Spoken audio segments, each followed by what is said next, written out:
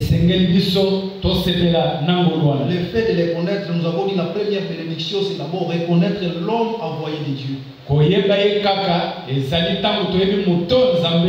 première bénédiction dans votre temps, c'est quand vous reconnaissez l'homme par qui Dieu est en train de travailler. C'est au travers de cet homme-là que vous écouterez la voix de l'Éternel. Et si vous obéissez à la voix de l'Éternel, voici les bénédictions qui seront votre partage. Nous allons éviter notre bien-aimé frère Étienne. Et il va nous parler de la part du Seigneur.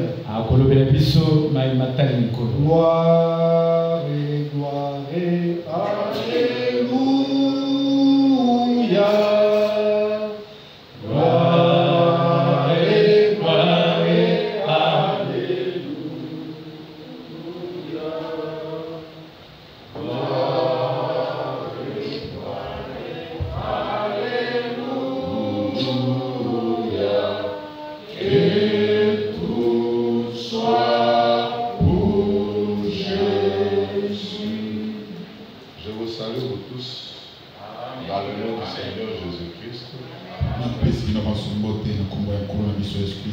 Ma prière en est que Dieu puisse nous bénir.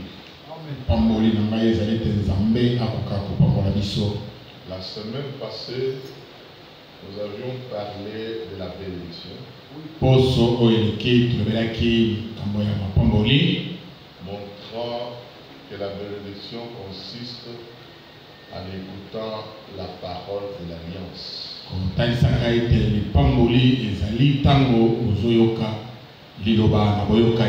Nous avions montré que la parole d'alliance, c'est la parole de la promesse pour votre temps.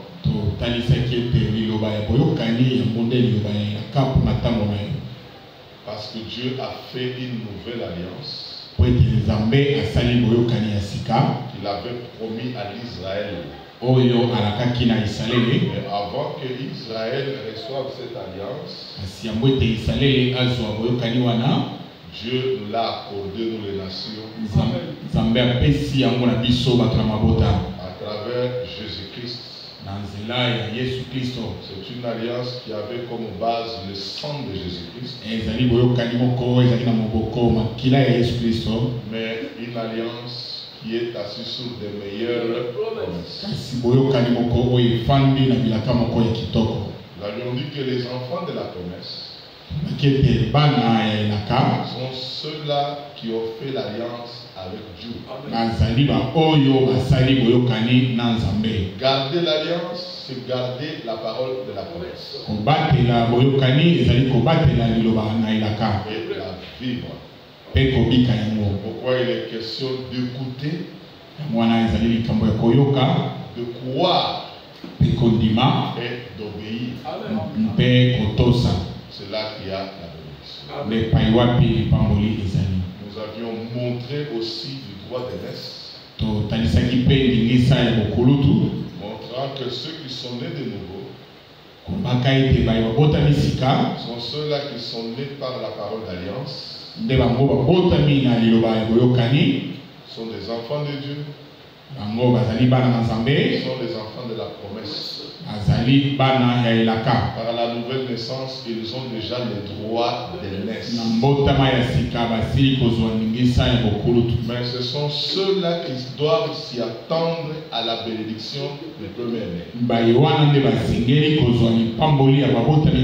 Le droit d'aînesse, c'est la nouvelle naissance. Et la bénédiction du premier-né, c'est le baptême du Saint-Esprit. Nous avions parlé encore conformément à Frère Franck, montrant que nous devons tirer attention de servir Dieu en dehors de sa volonté. La volonté de Dieu aujourd'hui, c'est respecter et reconnaître l'homme envoyé de Dieu. Connaître qu'est-ce que Dieu est en train de faire aujourd'hui. Voir le message d'aujourd'hui et la promesse de votre temps. Amen. Reconnaître Dieu parle à travers qui?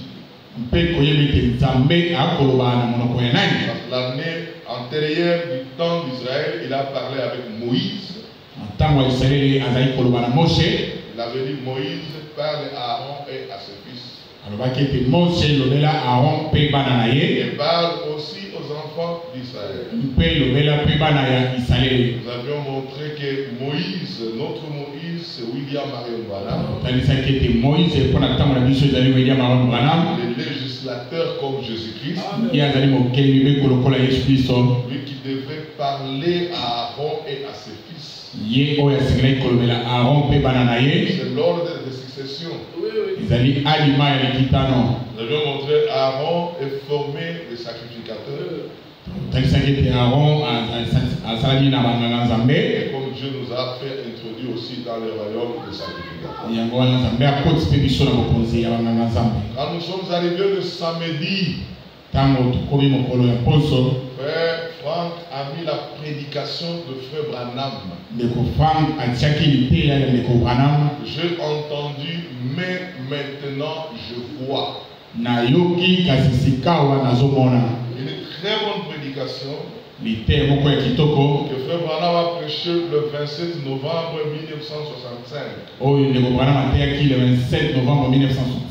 Dans ces récits-là, il est question de Job. Il a continué avec ça le dimanche. Qu'il a lui-même donné comme un sujet, Dieu nous rendra juste. Et quand nous l'avons écouté, nous avions examiné. Il était question d'un homme intègre, Job. C'est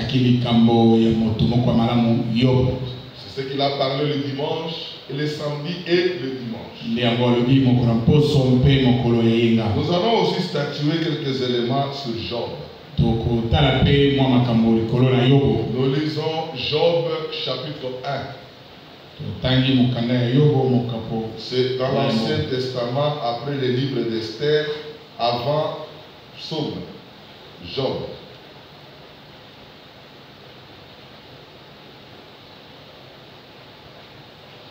On peut se tenir encore debout pour la lecture de la parole. Il y avait dans le pays d'Ut un homme qui s'appelait Job. Et cet homme était intègre et droit. Il craignait Dieu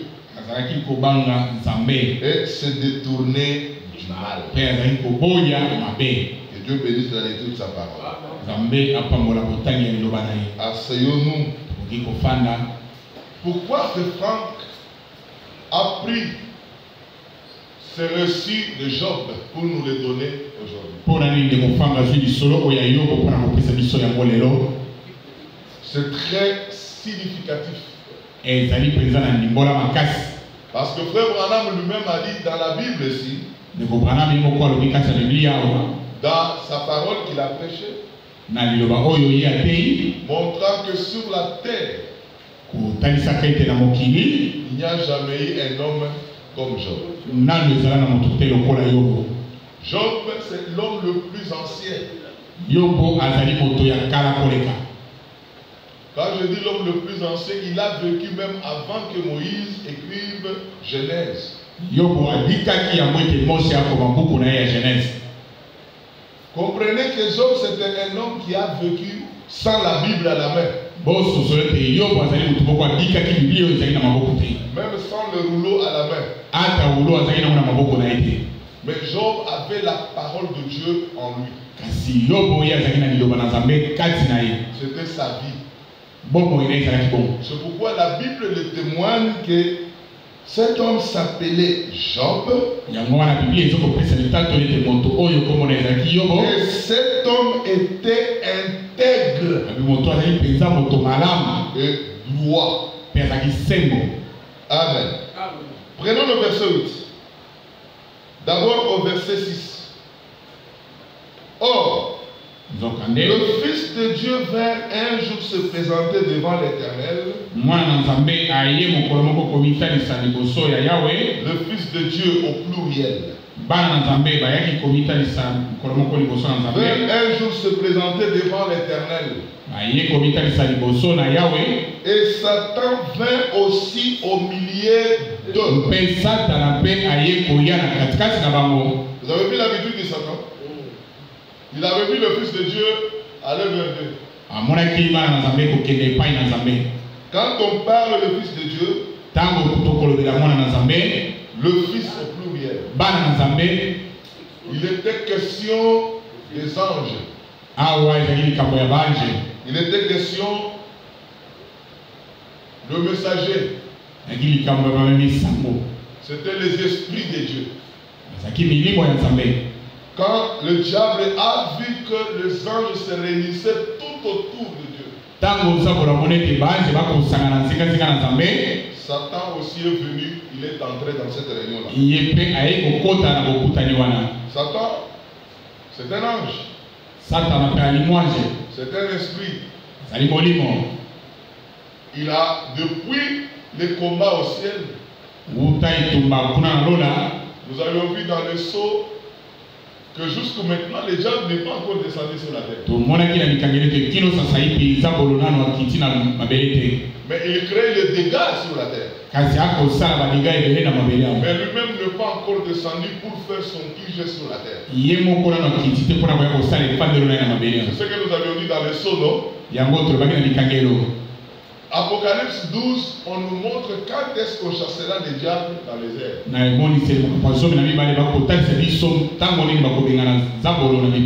Ça sera Michael. Dans 1 Thessaloniciens 4, il y a 3 choses qui vont se réaliser lors de la descente par le Seigneur lui-même. Il y aura d'abord le cri de commandement. C'est un cri qui va s'adresser aux morts en Christ. C'est un cri qui est comparativement avec Jean 11. Quand Jésus-Christ a dit devant la tombe de Lazare, Lazare sort. C'est ça le signal donné ou bien le cri de commandement qui fera que le mort en Christ ressuscite. Mais il y aura aussi la voix de l'archange. Cette voix, ça va déclencher la guerre. Pour faire tomber les diables sur la terre. Et il y aura le son de la trompette. Ça, c'est pour marquer que le vénement final, afin que l'Église puisse monter. Amen. Alors, quand le diable sera précipité sur la terre, c'est dans ce moment-là qu'il cessera à être accusateur de nos frères. Mais ici, dans le livre de Job, on le voit lui aussi, le diable, apparaître dans la réunion céleste. Verset 7, l'Éternel dit à Satan,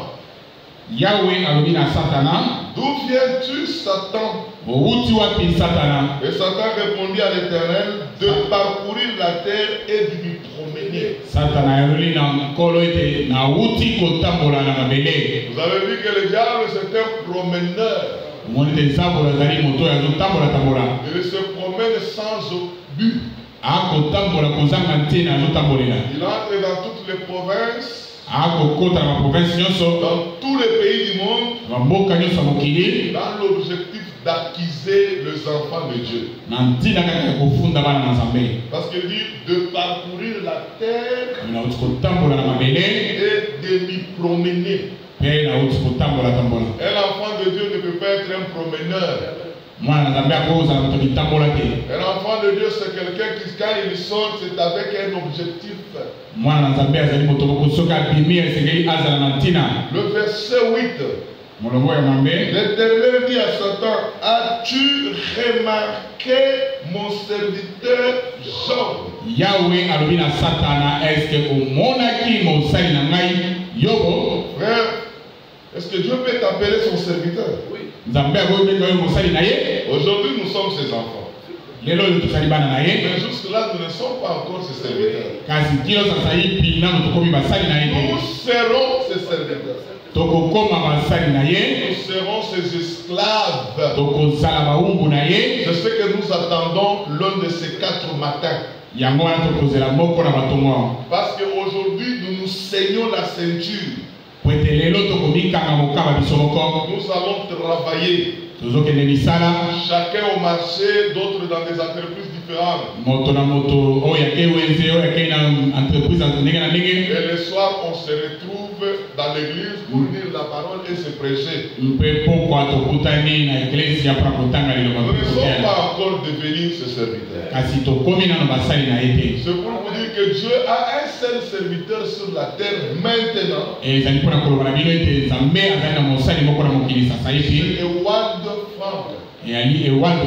parce que celui qui est en train d'accomplir ce que Dieu lui a dit. Mais nous autres, nous attendons la puissance qui viendra du ciel. Le vrai baptême du Saint-Esprit. Ce baptême qui nous mettra au service. À ce moment-là, Dieu nous appellera des serviteurs. Mais regardez, en ce temps-là, Job lui était son serviteur. Écoutez le témoignage de Dieu, si Dieu peut le rendre aussi. As-tu vu mon serviteur Job? Il n'y a personne comme lui sur la terre. C'est un homme intègre. Dites Amen. C'est un homme intègre et droit, craignant Dieu et se détournant de tout mal. C'est pourquoi frère William Aaron Branham a raison de dire qu'il n'y a aucune personne sur la terre comme Job. Je peux le dire aussi maintenant. Nous n'avons pas encore des hommes comme Job. Alléluia. On a connu des hommes comme Job. Ce sont les apôtres de Jésus au début. Et au cours des âges, nous avons vu un homme serviteur de Dieu, William Marion Branham. Et aujourd'hui, nous avions seul Ewald. C'est ainsi que frère Branham, mon frère Gédon, a prêché une prédication. Il a intitulé Paul, esclave de Dieu. D'autres aussi ont traduit Paul, serviteur de Dieu. Tous pensent que sont des serviteurs de Dieu. C'est comme ça qu'ils ont commencé à voyager de l'Est à l'Ouest pensant qu'ils sont serviteurs de Dieu. Nous ne sommes pas encore des serviteurs de Dieu. Parce que dans Luc 19, Jésus-Christ dit le temps va venir où un autre te mettra sa ceinture au cou. Il t'enverra où ton cœur n'aimera pas. Et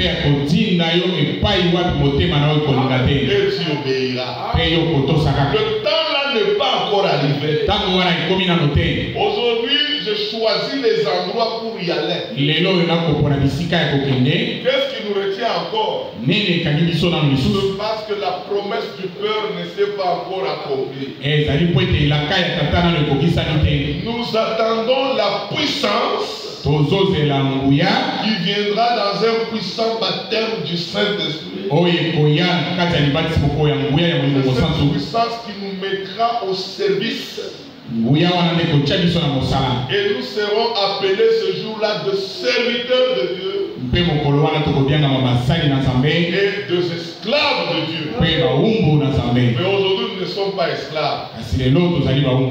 Aujourd'hui, nous ne sommes pas encore serviteurs. Nous sommes les serviteurs de nous-mêmes. Quand même nous lisons les Saintes Écritures, Dieu dit il n'y a personne comme lui sur la terre. C'est un homme intègre. Vous savez, quand on dit un homme intègre, c'est un homme, son cœur, son âme et tout son corps sont entre les mains de Dieu. Dieu le fait esclave. C'est ça un homme intègre. Je lisais quelque part l'affiche que les gens des groupes de prière ont écrit Séminaire des hommes intègres.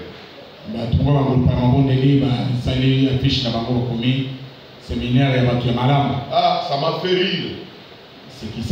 Ce sont des blagues. Les hommes intègres. Qui a déjà été en prison ici? Parce que quand vous entrez en prison, le prisonnier n'a pas le temps. Un prisonnier n'a pas sa décision. Quand vous allez maintenant en prison, vous verrez que depuis 15h jusqu'à 14h30, tous les prisonniers, on les a fait entrer dans la cellule pour dormir.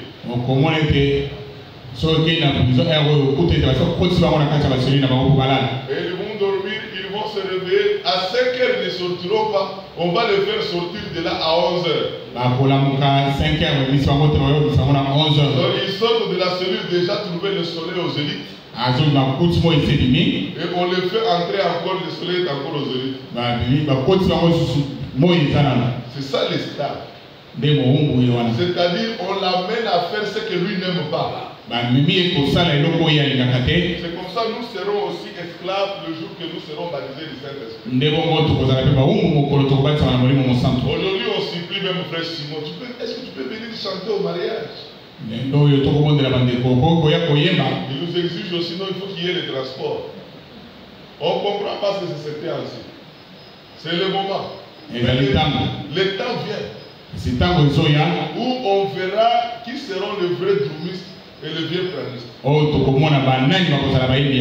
Parce que vous verrez les gens s'adonner plus à l'œuvre du Seigneur. C'était ça les hommes intègres. Tout son corps, tout son être, toute son âme abandonné à Dieu. On peut lire 1 Roi. Lisez dans 1 Roi chapitre 8.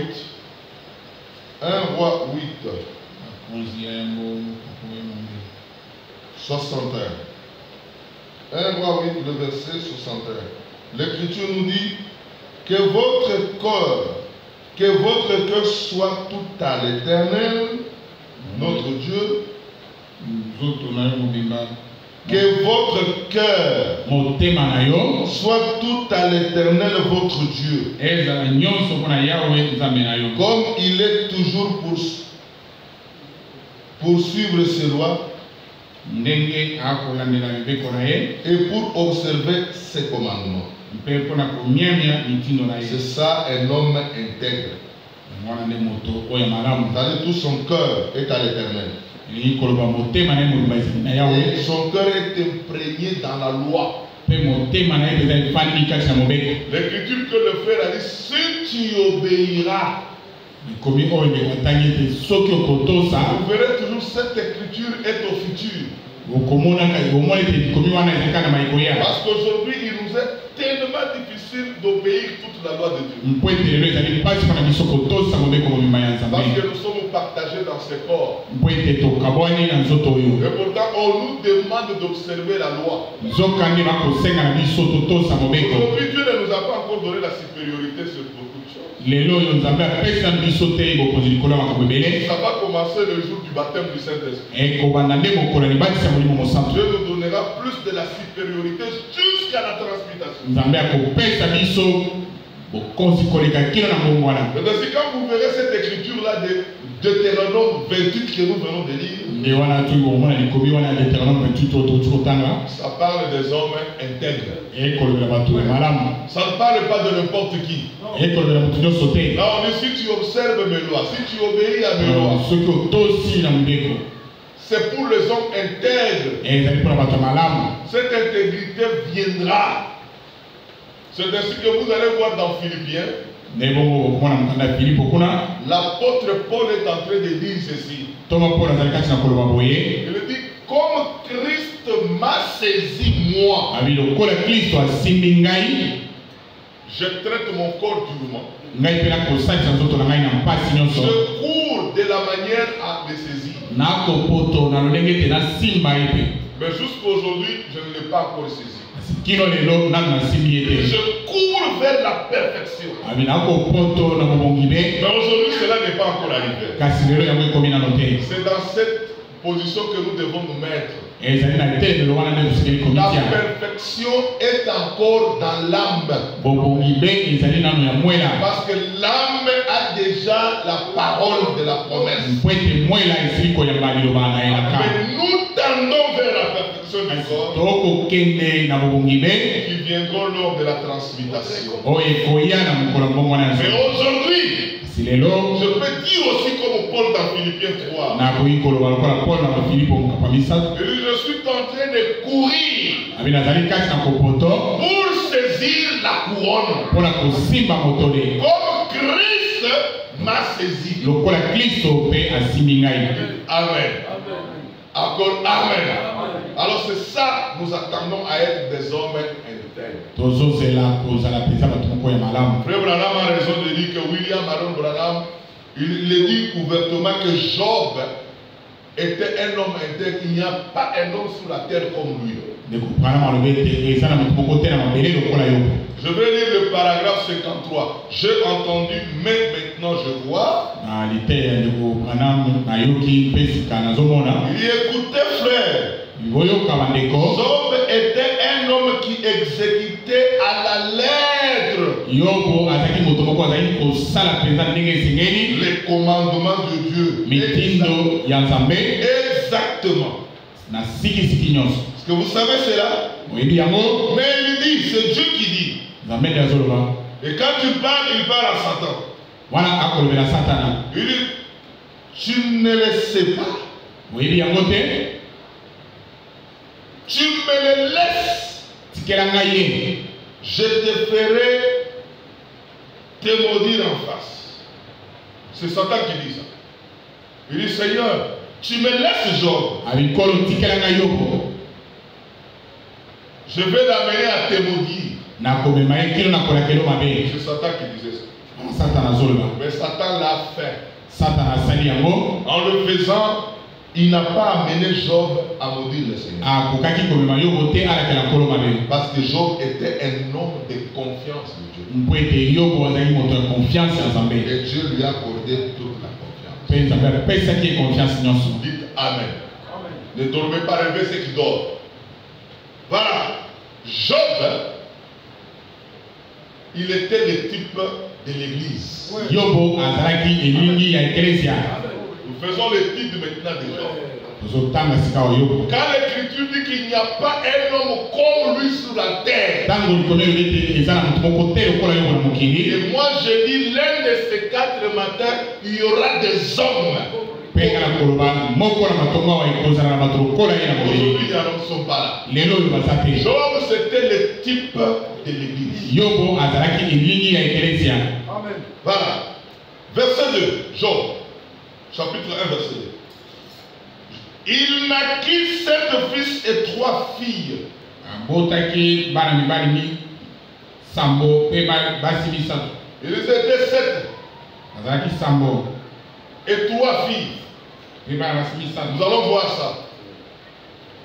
Il possédait 7000 brebis, 3000 chameaux, 500 paires de bœufs, 500 ânesses et un très grand nombre de serviteurs. Azaki na ba meme ba chameau pe ba ngombe na ba âne pe ba salibere.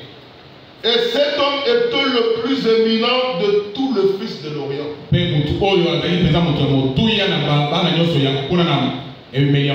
Job. Ses fils allaient les uns chez les autres et donnaient tour à tour un festin. Et ils invitaient leurs 3 sœurs et mangeaient et boire avec eux. Vous avez vu que les enfants de Job, il avait 7 fils et 3 filles. Ça fait 10. Maintenant, ces enfants étaient habitués, instruits, initiés dans la communion fraternelle. Il le faisait tour à tour. Comme le dimanche, c'était le tour de la sœur Coco. L'autre dimanche, ça sera le tour de l'autre. Le tour de l'autre. Mais ils le faisaient comment? Ils allaient dans la maison de leurs frères. Vous avez vu que quand on a initié la communion ici, c'est biblique. Parce que les enfants de Job le faisaient. C'était leur vie. Au début, on dit Job était un homme interne, un homme imminent. Un homme riche. Un homme respectueux. Un honorable parmi les fils d'Orient. On dit ses fils allaient les uns chez les autres tour à tour. Et ils mangeaient et ils buvaient. Est-ce qu'ils buvaient seulement de l'eau? Ils prenaient du vin. Ils prenaient de la bière. Ils mangeaient parce que c'était dans la communion. Et quand les jours de festin étaient passés, Job appelait et sanctifiait ses fils. Puis il s'élevait des bons matins et offrait pour chacun d'eux un holocauste. Car Job disait, peut-être mes fils ont-ils péché et ont-ils offensé Dieu? Dans leur cœur. C'est ainsi que Job avait coutume d'agir. Ah, quel homme fait chambouille. Les enfants font de communion fraternelle. Ils allaient ce dimanche, ils partent là-bas, l'autre dimanche. C'était comme ça dans la succession. Parce qu'ils étaient dans l'abondance, dans la bénédiction. L'église au début faisait des communions fraternelles. Dans les maisons ici, c'était dans la maison de Job. Vous avez vu que Job, c'est le type de l'église. Job savait que dans la communion, les enfants pouvaient pécher. Ça peut arriver qu'ils commençaient, frère Robert, à parler à vos petites voix. À un certain temps, ils commencent à monter la voix. On comprend directement qu'il y a eu la stimulation qui les a fait monter la voix. Job savait que mes enfants ont péché. Ils devraient se retrouver dans les erreurs. Regardez Job, un homme qui regardait la loi de Dieu, qui vivait la loi. Il dit qu'il sanctifiait ses enfants. Alléluia. Il sanctifiait ses enfants. Et il offrait les sacrifices d'Holocauste. Quand on parle d'Holocauste, c'est les sacrifices qu'on devrait brûler. C'est-à-dire, il offrait des taureaux, des agneaux pour ses enfants. Il prend un agneau, il offre pour son aîné. Il prend un taureau, il offre pour ses enfants.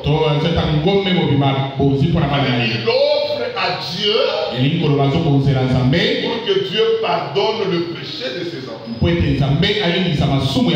la frère Serge, je regardais maintenant, ne dormez pas. C'est la parole du prophète. Job, la Bible n'était pas encore là. Il n'avait pas de livre. Mais ses paroles étaient en lui. C'est-à-dire quand il offrait l'agneau, quand il offrait le taureau,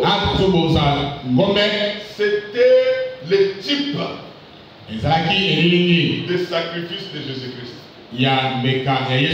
C'est-à-dire, en d'autres termes, Job, dans son intégrité, il croyait la parole de la promesse. Amen. Jésus n'était pas encore venu, mais il annonçait la mort de Jésus-Christ en offrant les holocaustes à Dieu. Il était croyant de la promesse. On dit il sanctifiait ses enfants. Mais la sanctification vient par la parole de la vérité. Jean chapitre 17, le verset 17. Sanctifie-les par ta vérité. Ta parole est la vérité. Mais la parole de la vérité, c'est la parole de la promesse. Dites Amen. Jésus n'était pas encore là. Mais Job savait déjà que je vais annoncer la mort et la résurrection de Jésus-Christ. Il prenait un agneau, il immolait. Il prenait un taureau, il immolait et il brûlait ça. Il montrait le sacrifice de Golgotha. Avant que ce sacrifice arrive. Que Dieu bénisse sa parole. Regardez le débit de Job, c'est ça le débit. Le débit de Job, c'est ça. Il avait combien? 7 fils, 3 filles, c'est ça. Il avait 500 quoi? C'est le verset 2. 7 000 brebis. Ah, il avait 7 000 brebis. Écrivez 7 000. Même brebis après 3 000 chameaux. 3 000. 500 paires de bœufs. 500. 500 paires de bœufs. Après 500 ânes. 500 ânes. Ok. Un très grand nombre de serviteurs. Un très grand de serviteurs. On peut écrire les serviteurs. Ok. C'est tout, hein? Ouais. Il était un homme imminent. Ça, c'est Job au début. C'était un homme riche. On dit l'homme le plus imminent de tous les fils de l'Orient. Un homme intègre. Alléluia. Un homme qui était imprégné dans la loi. Sans la Bible, mais il vivait la loi de Dieu. Est-ce que nous vivons la loi de Dieu? Alléluia. Suivez-moi très bien. Job, dans son début, il était comme le croyant de l'église primitive. Parce qu'ils étaient baptisés du Saint-Esprit. Toute la loi de Dieu était en eux. Alléluia. Amen. Il ne lisait même pas, parce que la parole, il parlait. C'était comme ça, Job. Maintenant, à cause de ça, le Fils de Dieu sont entrés en réunion. Le diable est allé. Dieu lui pose la question, tu as vu mon serviteur? Je l'ai vu. Dieu lui dit, il n'y a aucune personne sur la terre comme lui. Il est un homme intègre, droit, craignant Dieu et se tournant du mal. Et Satan répondit à l'Éternel, et c'est d'une manière désintéressée que Job craint Dieu. Ne l'as-tu pas protégé? Lui, sa maison et tout ce qui est à lui. Tu as béni l'œuvre de ses mains. Et ce troupeau couvre le pays. Mais étends ta main. Touche à tout ce qui lui appartient. Je suis sûr qu'il te maudira en face. C'est ce que le diable a dit. C'est toi qui les